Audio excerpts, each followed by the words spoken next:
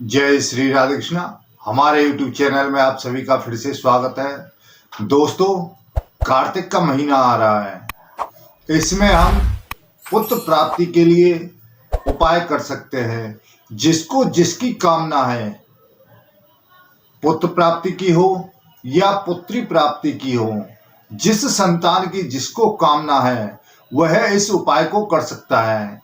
जिसके करने से आप भगवान से जो भी मांगेंगे वह आपको अवश्य प्राप्त होगा। तो दोस्तों, कार्तिक का महीना भगवान विष्णु, शंकर जी एवं ब्रह्मा जी को भी बहुत प्रिय है।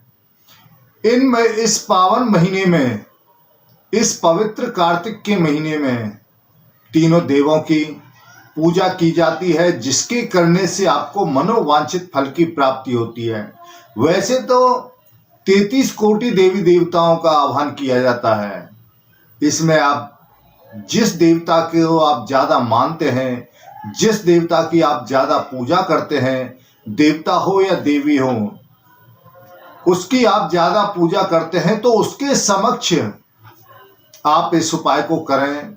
और वैसे तो ज़्यादातर कार्तिक के महीने में जो हम आपको उपाय बता रहे हैं, यह लड्डू गोपाल जी के समक्ष करेंगे तो आपको 100% रिजल्ट मिलेगा। आपको करना क्या है? कार्तिक के महीने में प्रातःकाल नित्य क्रिया से निवृत्त होने के पश्चात में, स्नान करने के पश्चात में आप शुद्ध कपड़े पहने, साफ स्वच्छ कपड़े पहने, और कपड़े पहन करके आप एक बड़ के वृक्ष का, जो बरगद का पेड़ होता है जिसको वट वृक्ष भी कहते हैं, उसका एक पत्ता ला करके उस पर रोली से या कुमकुम से स्वस्तिक बनाएं। स्वस्तिक बनाने के पश्चात उस पर थोड़े से चावल रखें। चावल के दाने आप गिनकर रख सकते हैं, 11 या 21 दाने उस पर रख सकते हैं। रखने के पश्चात में उसको आप लड्डू गोपाल जी के समक्ष रखें और एक लोटा जल भर करके रखें। मोर पंख और बांसुरी लड्डू गोपाल जी को अवश्य अर्पित करें। ये दोनों चीज उनको अवश्य अर्पित करें, जिसके करने से आपकी मनोकामना अवश्य पूर्ण होगी। बांसुरी अर्पित करने के पश्चात में आपको लड्डू गोपाल जी के समक्ष भोग के लिए माखन मिश्री का भोग प्रसाद रखना है। उसके पश्चात में आपको संतान गोपाल मंत्र या संतान गोपाल चालीसा या भगवान श्री कृष्ण की स्तुति आप कर सकते हैं। और यदि भगवान श्री कृष्ण की आप स्तुति भी नहीं कर पाते हैं तो भगवान के समक्ष बैठ करके उनकी, जिस तरह से आप घर में पूजा करते हैं उसी प्रकार से आप उनका पूजन करें। पूजन करने से पहले हाथ में थोड़ा सा जल लेकर के भगवान के समक्ष आपको संकल्प करना है कि हम नित्य प्रति आपका पूजन करेंगे, आपका आह्वान करेंगे। हमारा यह नाम है, यह गोत्र है, और इस कामना के लिए, पुत्र संतान की कामना के लिए या पुत्री संतान की कामना के लिए, जिस कामना के लिए आप कर रहे हैं वह कामना अवश्य बोलें और कहें कि हम इस कामना के लिए आपका आह्वान कर रहे हैं, यह हमारी मनोकामना पूर्ण हो, ऐसा हमें आप पर पूर्ण विश्वास है। आप हमारी मनोकामना को अवश्य पूर्ण करेंगे। उस दिन की तिथि और वार का भी आप ध्यान कर सकते हैं।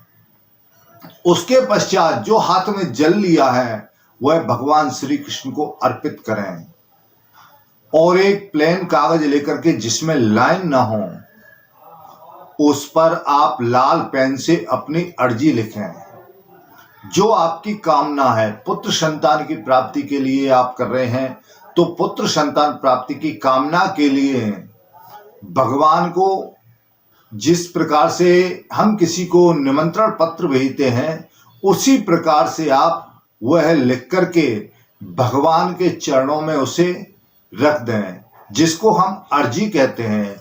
जो हम किसी चीज के लिए अर्जी लगाते हैं तो किसी पत्र में लिख करके हम उनको देते हैं। तो इसी प्रकार बिना लाइन वाले कोरे कागज पर, जो प्लेन कागज होता है, उस पर लिख करके आप लाल पेन से भगवान को अर्जी लगाएं।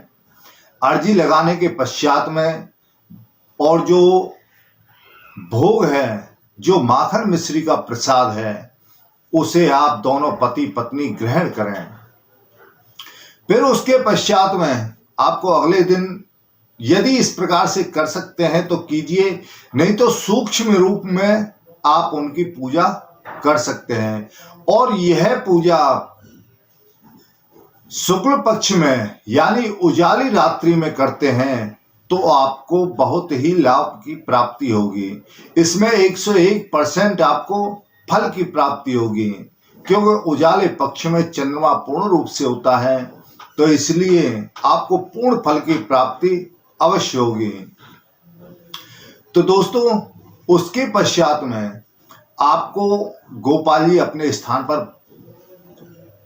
बिठा देने हैं, जहां पर आपकी नित्य रोज पूजा होती है। उस जगह जहां आपका मंदिर है, वहां पर आप नित्य रोज भगवान की पूजा करें और संतान गोपाल मंत्र का प्रतिदिन पाठ करें या जप करें या उनका आह्वान करें, या आप पर कोई भी नहीं आता है तो ओम नमो भगवते वासुदेवाय नमः इस मंत्र का आप उच्चारण कर सकते हैं, या श्री कृष्णाय नमः। इस प्रकार से जिस मन से भी आप पुकारना चाहते हैं, पुकारते हैं, उससे आप लड्डू गोपाल जी के नाम से पुकार सकते हैं, उनकी पूजा कर सकते हैं। तो इस प्रकार प्रतिदिन पूजा करने से आपकी मनोकामना अवश्य पूर्ण होगी। जो बांसुरी है और जो मोर पंख है, वह भगवान पर ही चढ़े रहने दें, उनको ही अर्पित करें और उसे उन दोनों चीजों को वहां से ना हटाएं। तो ऐसा करने से पति या पत्नी दोनों में से यदि एक करना चाहता है तो दोनों में से एक कर सकता है, और यदि दोनों करना चाहते हैं तो दोनों ही कर सकते हैं। इसमें कोई प्रतिबंध नहीं होता है कि पत्नी को ही करना है या पति को ही करना है। जब जिसको टाइम मिले तब यह आप कार्य कर सकते हैं।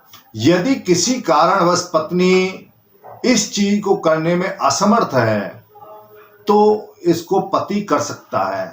तो दोस्तों, कार्तिक के महीने में यह एक छोटा सा आसान उपाय है, जिसके करने से आपकी जो भी कामना है वह अवश्य ही पूर्ण होगी। तो दोस्तों, यह वीडियो आपको कैसा लगा? हमें उम्मीद है अच्छा लगा होगा। कृपया चैनल को सब्सक्राइब करना ना भूलें। जय श्री राधे कृष्णा।